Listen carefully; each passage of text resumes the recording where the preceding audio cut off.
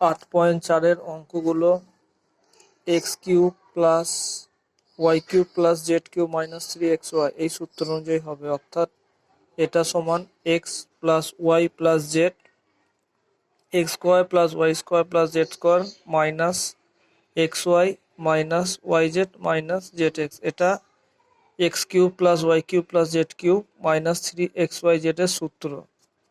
এই সূত্র অনুযায়ী সব অঙ্কগুলো হবে। প্রথম অঙ্কটা যেমন দেখবে, x cube plus y cube minus 12xy plus 64 এটা দেওয়া আছে।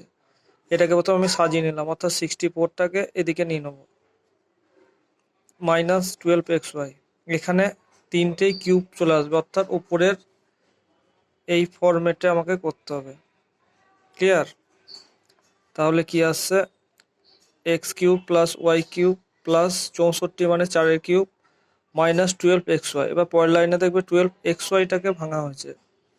12xy মানে কি 3x অর্থাৎ এক্স ওয়াই জেড, 3xyz মানে এখানে 4। এই যে উপরে সূত্র অনুযায়ী 3xyz।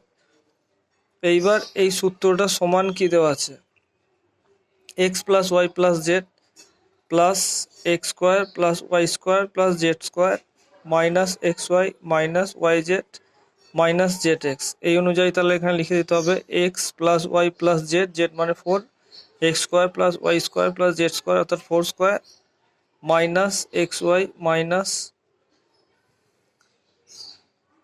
Z y y z মানে 4 যে ওয়াই জেড 4y আর মাইনাস 4x। এবার এটা পরের লাইনে সলভ করে এটা চলে আসছে।